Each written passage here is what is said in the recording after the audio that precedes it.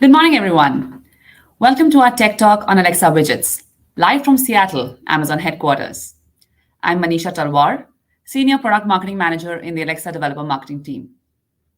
In this Tech Talk, we'll break down how you can leverage Alexa Widgets that recently became publicly available and provide glanceable views of skills on the home screen of multimodal devices.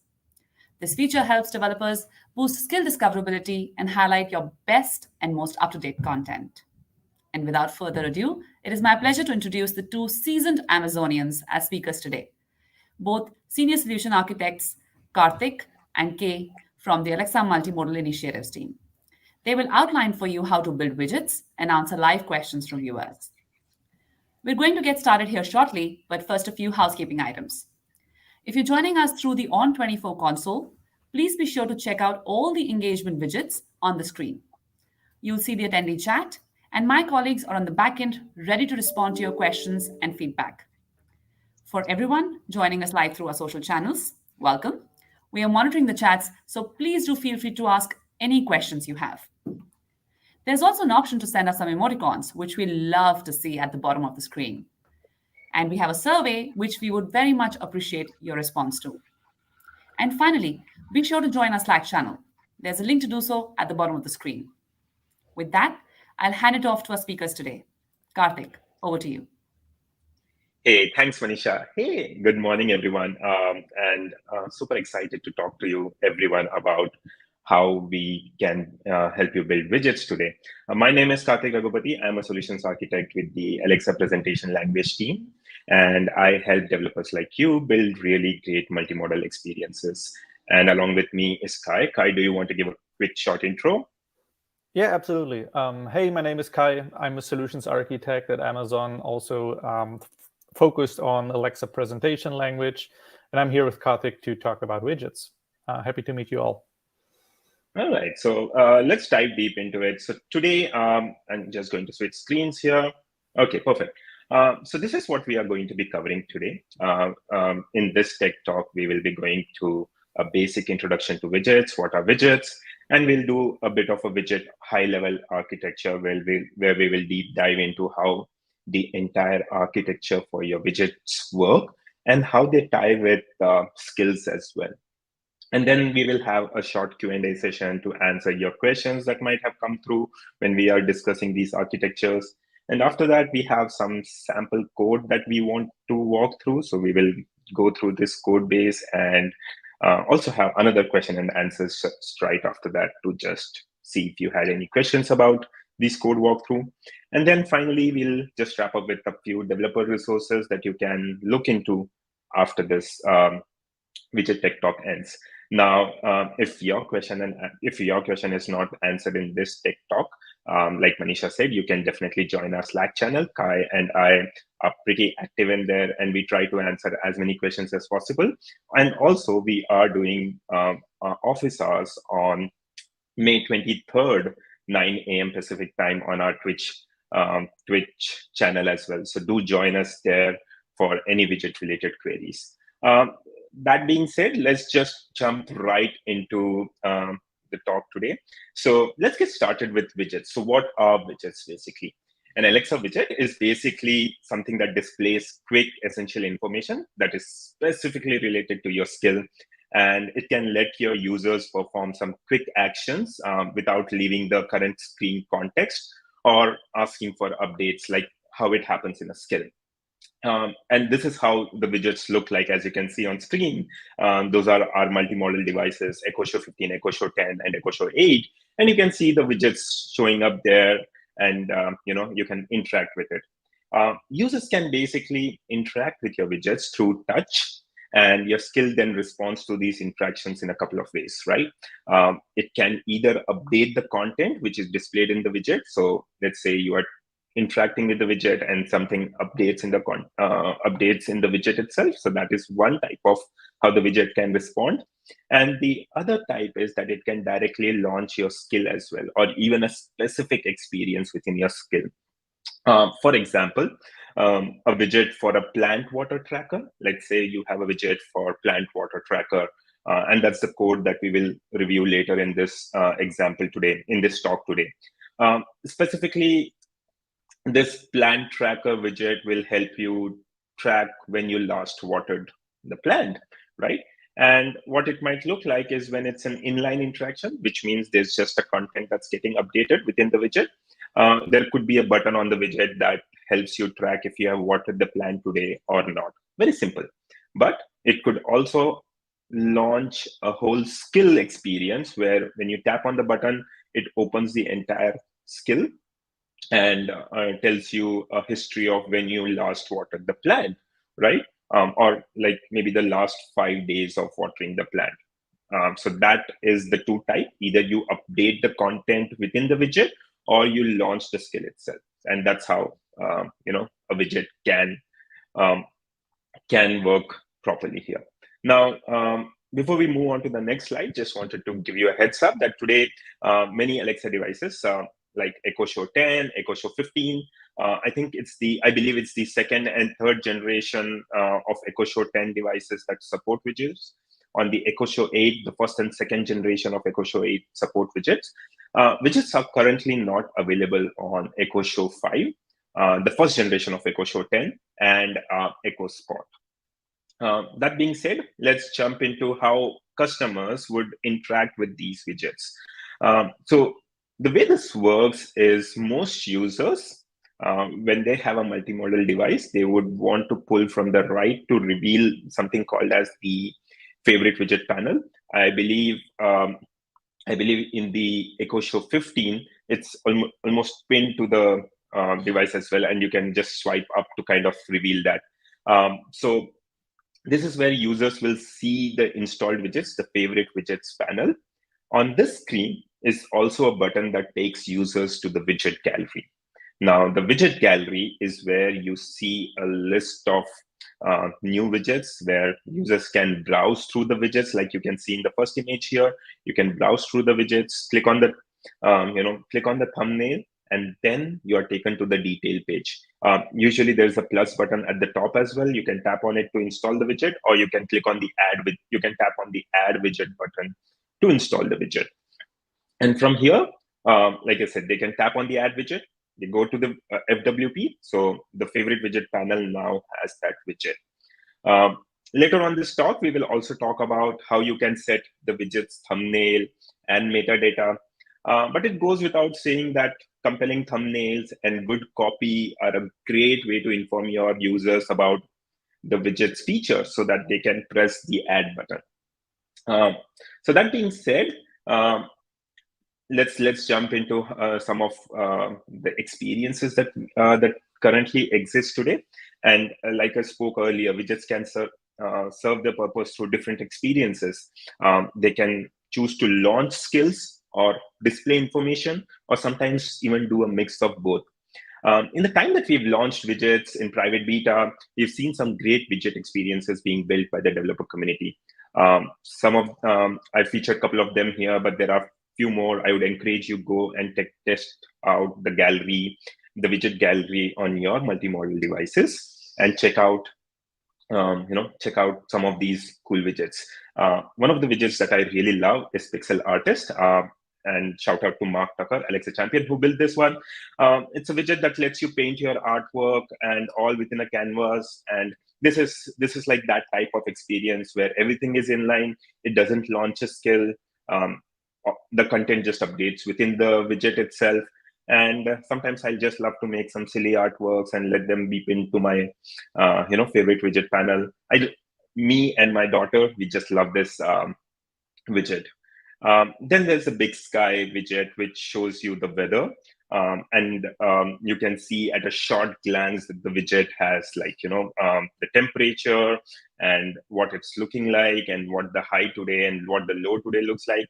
And if you tap on this, so it does show the information, but when you tap on this, it launches the skill, the big sky skill, with a forecast as well, with more detailed information as well. So like I said, the widgets can serve the purposes either by launching the skill, displaying information, or do a mix of both.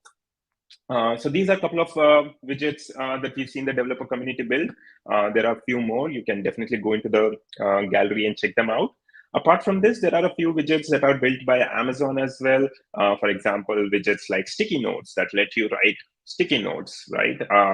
And then there's the smart home widget that shows your favorite smart home devices that you can switch on and off easily, and many, many more, right? So I would encourage you to go and try out these widgets and get a sense of what is possible through these widgets. And then we'll be excited to see what ideas you come up with. Having said that, let's move on to the next slide. And I'm just going to hand over to Kai to talk about why should you create widgets as an Alexa skill developer. Over to you, Kai. Hey, thanks, Karthik. Right, yeah, let's change perspective. Now we take on the developer perspective, your perspective. Why should you care about widgets, and why is it a good idea to consider building a widget for your skills? There's only one more slide to go, and then we go right into the architecture and the code, I promise.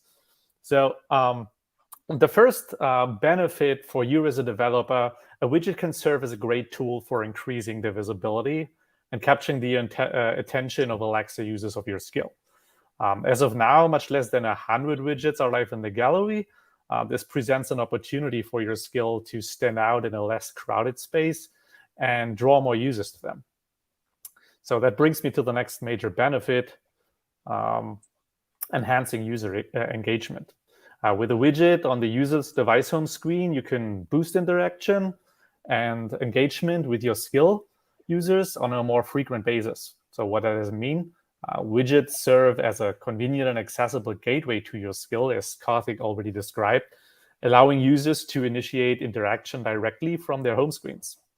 This feature can not only be streamline the user experience, but also extend and improve it, which brings me to my third point. With widgets, you as a developer can provide users with an innovative way to interact with the content and functionalities of your skill. They enable users to access new content, stay updated, and perform quick actions, all the way they're remaining within the context of their current screen. This seamless integration eliminates the need for them to navigate away from their present activity, such as listening to music. This brings users a more efficient and enjoyable user experience.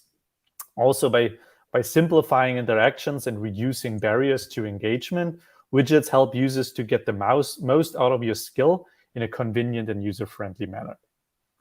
Last but not least, widgets hold the potential to unlock a whole new range of use cases for your skill, broadening its scope and applicability. By doing so, widgets can enhance the perceived value of your skill, making them more appealing and indispensable for users. As a result, your skill's popularity is likely to grow, which can lead to a wider and more loyal user base. Eventually, and on top of that, it can also contribute to driving in-skill purchases and ultimately generating additional revenue and increasing your skilled success. With all that being said, I will switch screens and talk about, what was the headline? How widgets work, right? So I would like to take the bird's eye view and introduce you to the architecture that will also give you an idea of the components of widgets, the life cycle of a widget, basically everything that you need to know in order to understand how widgets work. All right. So what works better than an illustration? So I prepared one for you. What you can see on my screen are 5 areas, basically 3 domains. On the left-hand side, this is your domain. There is your skill, there is your workspace, like your computer. This is where you develop the widgets, and this is where you are serving these widgets from your skill. On the right-hand side, there is the user device. So this is the user domain. The widget gallery, Karthik already talked about it, can be found on the device itself, as well as the favorite widget panel on the home screen of the device, where users will find the widget, see the widget, and interact with the widget. And right in the center, as always, the Alexa Cloud. So let's get started from the top left. And I'm going to talk about 4 artifacts that developers are asked to create to get started with widgets. So you may do this from within the authoring tool, APL Ninja, or from your IDE like Visual Studio Code. You will create a widget manifest. You already know the skill manifest. So the widget manifest provides all the basic information about the widget, such as a name and the description, and a reference to the other artifacts that I'm going to talk about in a minute. Karthik is going to show you such a manifest during the code walkthrough, which is coming up in about 10 minutes. The second thing that you are attaching is images for the gallery in order to represent your widget as it can be found by users in this gallery. Next up is the widget APL document. Should come at no big surprise that creating a widget does not need more than a regular APL document. There are only a certain limitations, like it's not possible to play a video in an APL document when it is served as a widget. But other than that, most of the concepts, they still apply. If you're already familiar with APL, you're basically good to go. And if you're familiar with APL, you know that with an APL document, most often there comes a JSON data source that you would attach to this APL document. So those are the four artifacts that you would create. And the next thing that you want to do is then to deploy these artifacts. And they will become part of the skill package as you already know it. So alongside the language model, the skill manifest, and now also these widget artifacts, they will all be packed in one skill package and be stored on the cloud side. And you might use the authoring, the developer console for that, or you choose the ASK CLI to deploy. The next thing is to publish your widget. So why publish a widget? For it to become public. So only 2 of the 4 artifacts are relevant in this case. It is the widget manifest, like I said, has the description, the widget name, and also the images. And they will be brought to the widget gallery for it to show up. In order to do that and to publish a widget, you need to resubmit your skill for certification. And once it is certified, it is published, and the widget automatically moves into the public widget gallery. You as a developer, once you deploy it, you will always see your widget in the development stage on your widget gallery. Yeah, so in order to simulate and test before you actually submit and publish, you will see it always. Yeah? But for everyone else, you will need to be recertified. All right, so once your widget is in the gallery, there is an Alexa user finding your widget interesting, and he hits install. So what does happen behind the scenes? This is a little bit more knowledge than you actually need, but it's very good to know. There, in the Alexa cloud, there is a data store package manager, which is a service which takes the gallery's request, please install that widget on the user's device. The package manager goes back to the skill package, extracts all the widget-related artifacts, and creates a new package called the APL package, and it sends it back to the device, right? So in order to install a widget instance, and in the next step to render the widget on the favorite widget panel on the home screen of the user. This has all been taken care of by the package manager. You see that your skill is not involved whatsoever. But the package manager, as soon as it receives response from the device, installation successful, it will optionally send out a lifecycle event to your skill endpoint. You can opt out of these events by setting flags in the widget manifest. But if you opt in, you will get these lifecycle events on the skill side, and you're free to do whatever you like with it. The only thing, you are not requested to return a response back to package manager. So the least thing you can do is to create new skill request handlers in your skill code just to capture these events and process them. Write something into your logs, or even keep track of all the installed widget instances in your own database. So I'm introducing 2 new artifacts. I makes 6 now in order to get started with widget. widget database being optional. All right, so once the widget is on the device, the user will see it and he or she will start to interact with it. And usually, also when you build APL documents and they are delivered by your skill, you know that the APL document can act on its own. It can update itself to reflect the state change or whatever it is, or it chooses to delegate a request to your skill endpoint in order to retrieve new data or in order to get instructions based on logic that you host on the cloud side. And in APL documents, you will execute a send event command for that to happen. And those send event commands, they will processed by the APL interface on the Alexa cloud and will be received by your skill endpoints as an APL user event. It's still the same concept, nothing changes, except for one tiny thing. Optionally, a send event can now be instructed to be of the interaction mode inline versus standard. Standard simply means, okay, so we go to the response side. So your skill endpoint returns an APL directive from those user events. And those can be two things, basically. You know, there is a render document directive and there is an execute command directive. Based on the interaction mode that is set on the send event command, one of the two or both are allowed to respond with. If the response type or the interaction mode is standard, then it means that the full screen experience of your skill will be entered. In that case, your skill will return a render document directive, and if is the same as it was launched by invoking it directly, it will come up with a screen, and then a skill session is initiated, and the user will continue from there. However, interaction mode inline simply means that an execute command directive goes back to your widget, and the widget itself takes action. It's not handing it off to your skill. Rather, the widget updates itself or executes whatever it is instructed to do. So this is what happens behind the scenes. So now there is another concept which is fairly new, which is data store. Data store is a local database on the device which can be used for caching data.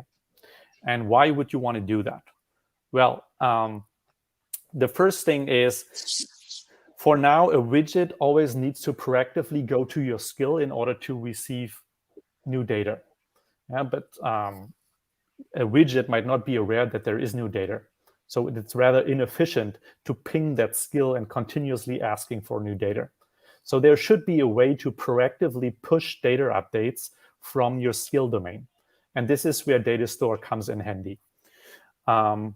Firstly mentioned the APL, there's a new APL extension that lets you write into and read from this local database. And there is a new REST API interface on the cloud side that will allow you to push these data updates. You can add data, you can update data, you can delete data. So just imagine you have a data service on the cloud side.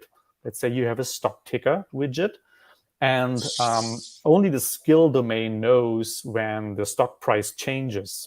So it becomes relevant to show on the widget side.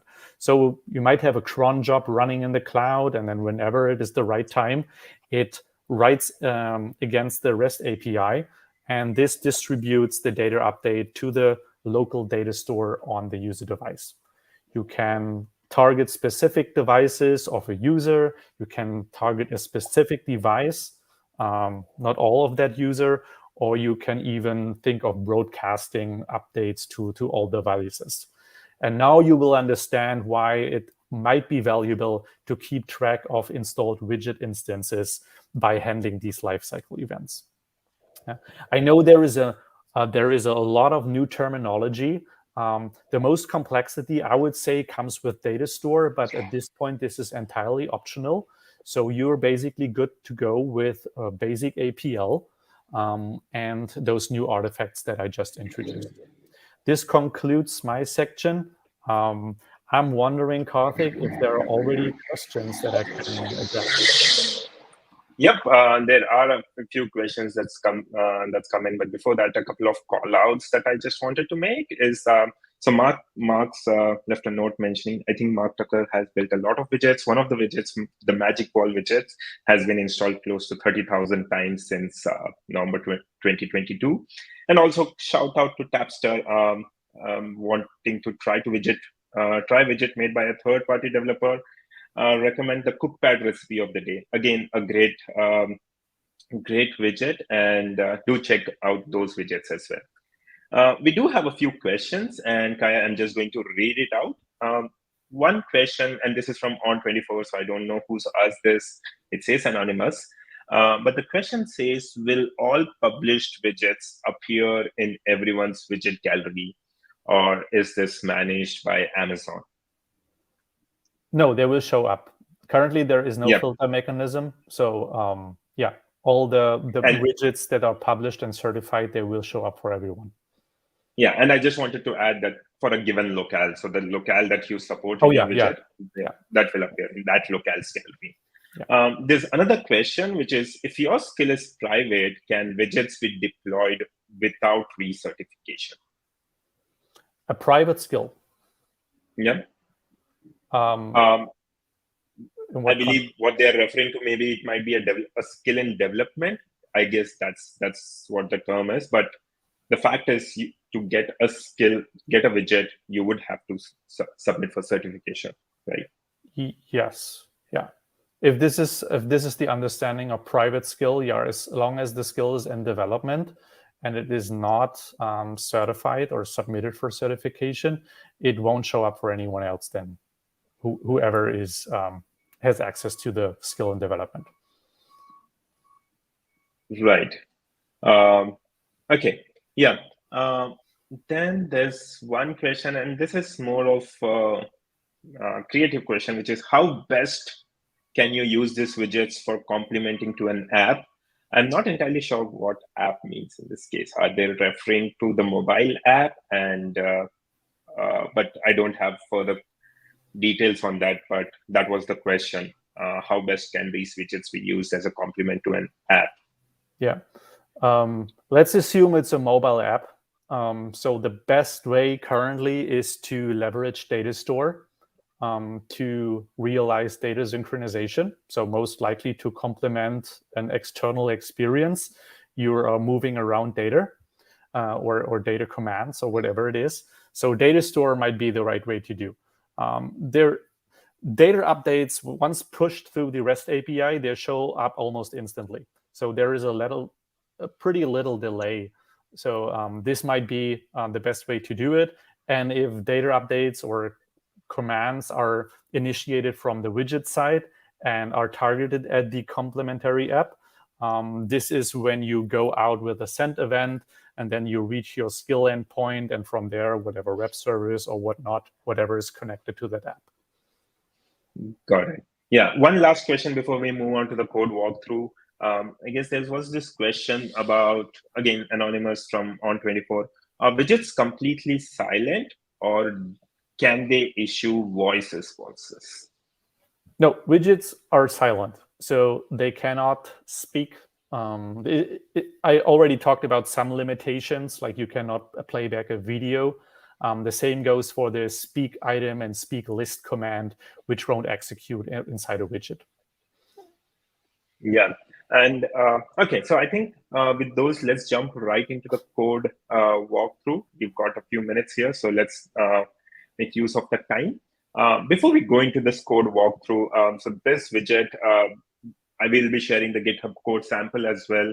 It's called a skill sample plant care widget, the idea that I was talking about.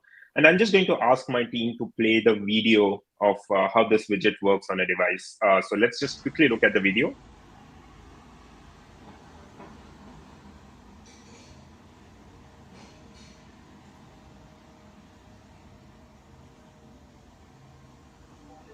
Welcome to the plant care skill. You can say water my plant to water it, or say help to know more. What would you like to do? Water my plant. Tap on the button to water your plant. All right, back to my screen share, please. Got it, thanks. As you can see, I just shot that video today morning, doing everything in the last minute. But there we go. So that was the widget, the plant care widget. And as you can see in that widget, I had two instances of the same widget on the same device. Now, those widgets could have been on two different devices in my home. So let's say I have an Echo Show 15 in my office, and then I have a Echo Show 10 in my kitchen. These widgets could be there. And as you could see, when I pressed on plant, water my plant, that the button in that widget itself got disabled, but also it got disabled on the other widget as well. So imagine if those widgets were on two different devices, that's the same expectation, that's the same behavior they would have, they would mimic. And this is thanks to data store that Kai just mentioned, which this skill, by the way, uses, right? And also you could see that when you tap on those, if you tap on that header, it launched the skill as well. So that was what, like I mentioned, the standard interaction mode. And yeah, as you open the skill, and then within the skill itself, you could see that the button was grayed out, and that's because the skill was also using data store. The skills APL document was also using the data store extension. Now, all of this is present in this code is as you can see in the GitHub. So you can go to your Alexa Developer Console. You can host. You can just use it as a hosted skill, import it as a Git template, and the directions are going to be in a blog post that's going to be shared with all of you. And you can just do that step by step to replicate this. Now let's get into, I see a few questions coming in about how you would want to add to an existing skill, and there isn't really that much of a difference. So the way this would do is, this would work is, if you go into your skill developer console, the skill dashboard on your developer console, you can click on multimodal responses. And in multimodal responses, you have a new tab here which says widget. And out here, you can just click on create widget and create your new widget. And then you have to add some of these things that we just talked about. Yeah, so that's what you would want to do. And before we go into what is needed for an existing skill, let's look at how you would test out how the authoring tool looks for your widget. So this is your widget authoring tool. Looks pretty similar to your APL authoring tool. It has the code view, GUI view. We have the data store, a data source where you can add your data source. And there's the manifest as well, where we talked about the manifest for your widget. This is where you can also modify that. And also you have these options where you can preview how your widget looks on the device. You can also install. And basically what install would do is it would do these lifecycle events that Kai was talking about. It would trigger those lifecycle events and it would send it to your skill. So yeah, that's how this authoring tool works. There's an update data store button as well, which will let you send data store commands to the device when you're testing. So almost all the tools that are needed for you to kind of like get running, all of them are available in the authoring tool. Now, having said that, let's jump right into the code base. So first of all, we are going to go into the skill package, which is your skill front end. And I guess there was this question about how do you add it to an existing skill. So to add to an existing skill, you would go to widgets, you would add a widget, create a widget, but also make sure that you are turning on the data store package manager and the Alexa data store interface. The way you would do that is, I'm just going to come real quick back here, click on the skill again, and then click on interfaces. And out here, you'll see data store packages and data store. You would want to enable this for, and that's what this basically does. That is, the interfaces have to be turned on for your existing skill. There is also the data store extension.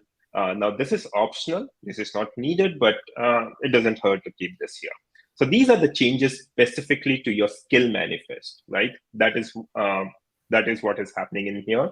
These are the changes in your skill manifest.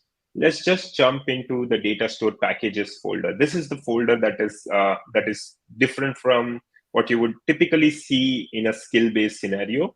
So there is a data store packages, and within that, you can see that I have this folder called as plant care. which is similar to the widget that I just had, which is the plant care widget, right? So data store packages, plant care folder. So every widget that you create would have its own folder. And within every widget, you would have these 3 folders and 1 file. You have this manifest.json, and I'm just going to zoom it slightly in so that everyone can see here. So there is the manifest.json where you define what the thumbnail looks like, what the data looks like, and which locales you want to enable this for. All of this is what you would define in the manifest file, right? Remember how we talked about having a good copy so that customers can tap on add widget? This is the key. This is where you would set all of those things. There's also some meta information about the plant care widget itself, like the ID, the version that you want to use here. And then there are these 2 important keys, which are install state changes and update state changes. Keeping them to inform means that the lifecycle event Kai talked about, which is when a widget is installed or when a widget is updated, you are going to get an event. And if you want to receive that event to your skill, you need to keep this to inform. So that's pretty much what is covered in this manifest. And again, our tech docs has detailed information about each and every field here. So I'd urge you to go check that out. Then we have some presentations. There's a presentation folder, which is basically saying that, hey, the document URL for this widget is in the documents folder, and the data source URL is in the data sources folder. So out here is my APL document for the widget specifically. And out here, you can see that I've had an Alexa image here. Then there is a touch wrapper here. And notice how in this touch wrapper, this is the top touch wrapper. When you tap on it, it opens the skill. I have a send event with an argument of open skill, but the flag is interaction mode standard. And this is what Kai was talking about earlier. And we also have an inline command as well. So the inline command does not launch your skill. It just sends inline interactions to your skill, and then you can choose to update your widget on that. And that's what basically happening here. When you tap on water my plant button, it sends an inline event to the skill. But when you tap on the header, it's going to launch the skill specifically. So that's what's happening here. And there's a bit of logic here, but I'm not going to dive deep into it. But again, like I said, take your time out, and we will be joining us on the office hours next week, and we will answer some of these queries specific to this as well. Again, so now when you tap on that button, there are some data store related settings at the very top here, and this is specifically related to the data store that Kai was talking about, the on-device data store. So that's what's happening here in this document specifically. And then, of course, if I want to initialize the widget with a set of data, I have the data sources as well that I have given. So you can see that's also coming up here. Now, this is the front end of the skill, front end of the widget, right? Changes to the front end. Now, what changes do you have to make to your back end to handle these widget events properly? So let's just take a quick look at it. So I'm going to go inside the Lambda folder. And within the Lambda folder, I have an index.js here. And within index.js, you'll notice that we have an event called as usages installed. Now, if you have set install state to inform, you're going to receive this event. And the event is basically alexa.datastore.packagemanager.usages installed. And typically, you would want to use this to figure out, if when you are installing the widget, do you want to write to the data store or some logic that you may want to hydrate your widget data or update the data store? This is where you would typically do that. And that's what's basically happening here. What I'm doing is when you are installing the widget, I'm checking if this is the first time the user has installed the widget or the second time they are installing it, and if they already have watered the plant today. If they have already watered the plant, then I'm just sending the last water date, and then I'm updating the data store here. That's basically what I'm doing. So when you install a widget and you have watered the plant already, the button is going to be disabled on the other widget that you just installed. So this is the usages installed. Then we also have the usages removed, which is when the widget gets removed, you are going to get this event. You can use this for metrics purposes or clearing out your data store.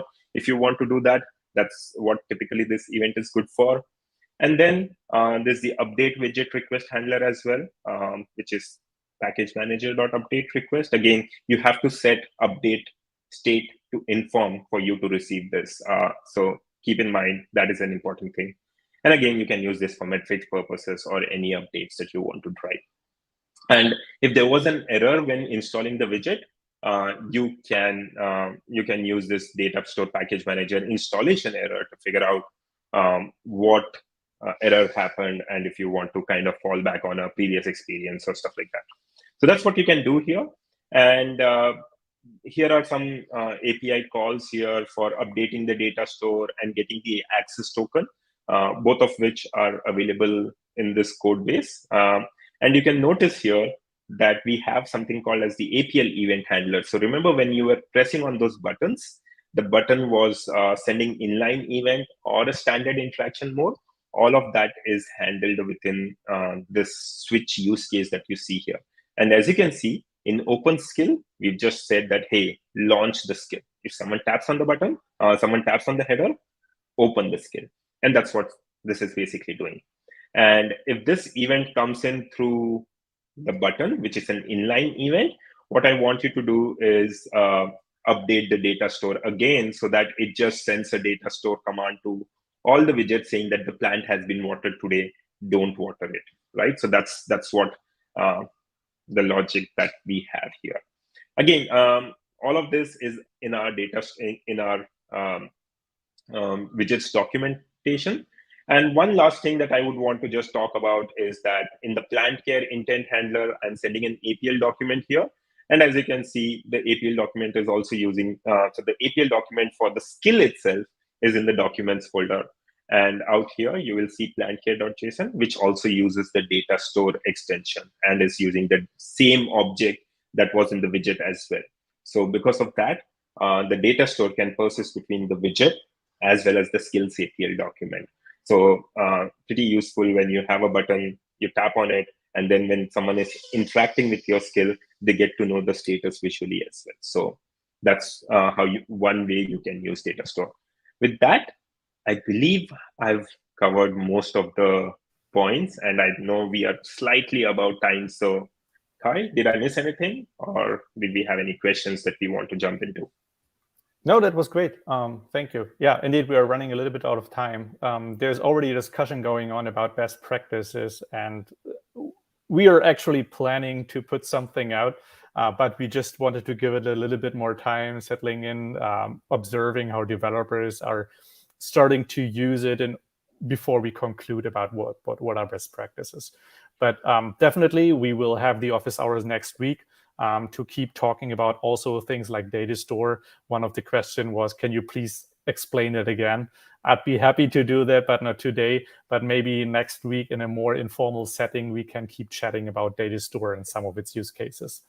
There was one question for you. Maybe we can take this before we move on into the next section. Someone from on 24, I found the instructions to create a new skill and step through to create a watering plant widget. Is there instructions on what is needed to add to an existing skill? Yeah, like I mentioned in my section, to make sure to add to an existing skill, you just need to go to the developer console. I think my screen is not being shared right now, but within your developer console, you should go to the multimodal responses, and within the multimodal responses, go to the widget section to add your widget. That is how you would switch on, you would add your widget. And then within your interfaces, make sure you turn on data store package manager and data store interfaces. That's in the interfaces tab on your skill. And then last but not the least, once you've done these changes, you have to also make sure that if you are tracking usages installed or updates, you want those events, then you need to handle that in your backend so that doesn't error out when someone is sending a response, when the widget is being installed. And What else do you need to do? Of course, if there are any user events within your APL document itself, make sure to handle it. That's what you would need to add a widget to an existing skill. That's how I would go about it. Yeah. Thanks.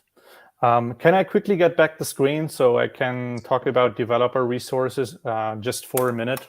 And also reminding you of my illustration where I was talking about at least 6 artifacts, or at least 5 you should have. So this is also how you would add something to an existing skill.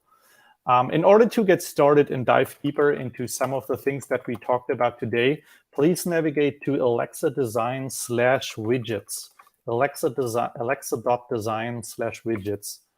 So you will get into the technical documentation, which lives in several places. So you get a general introduction about widgets, how you can add a widget to your skill, also coming back to the question we just had, and how to test one. There is a widget reference as well. So it's again talking a little bit more in depth about the things that we covered today. And down below here, you also have skill requests and responses. And there goes the data store interface, the package manager interface, providing these lifecycle events. So you're already seeing that this terminology keeps coming back at you. So you can read more about it here, as well as the REST API. One important thing that you should definitely know is if we are on that About Widgets page, go to Design Guidance. I'm here on the right side. If you click on Design Guidance, you will be handed off to a design guide. And this has a lot of useful information for you. So just the most important one, you can read through all of that, is there is a checklist for you. So you know what things you should be working on. As a side note, none of that is currently a requirement. It's strongly encouraged, as it makes sure that you're providing the best experience possible. And if you're interested in following best practices, it's definitely something that you should consider following. But those are guidelines specifically around design. Someone already asked a question about best practices specifically from a UX perspective. So the design guide will help you with that as well. All right, so that was not 1 minute, but 3 minutes, but those are the most basic things. Yeah, there are also a couple of new responsive templates and components. So you're not asked to start from scratch. There are buttons, is the Alexa header now also available for widgets. So this is how you can get started. Basically, you are just asked to feed content into a template, and it renders nicely across the different dimensions of widgets that we currently have available on the devices. So I'm done speaking. Yeah, and I think that brings us to the end of the session as well. So thank you, Kai, for sharing the documentation. And thanks, everyone, for joining us. And like we mentioned, we will be meeting at the office hours next week on 9 a.m. Pacific time on May 23rd. So yeah, and we'd love to meet you and answer some of these questions that we were not able to answer today. Thank you, Karthik and Kay. That was a lot of good information, and I'm sure the community found a ton of value from this tech talk. And thank you, everyone, for your insightful questions. Before I go, I did want our viewers to know that we have some new resources in the chat, and we just published a case study for the showcase Success of the Brand Cookpad. You'll find it interesting to know that they have more than 85,000 widgets installed on users' devices and have seen over 6,000 engagements with their widget recipe of the day. Find a link in the chat. And as Karthik said, if you still have some questions or we were unable to respond to them due to time, do join us with Jeff Blankenberg and Karthik and Kay on Tuesday next week, May 23rd, 9 a.m. Pacific time for office hours. And please don't forget to fill out the survey, because we are constantly working to improve our tech talks and therefore really value your feedback. Thank you, everyone, for your time today, and have a wonderful day. Bye. Bye.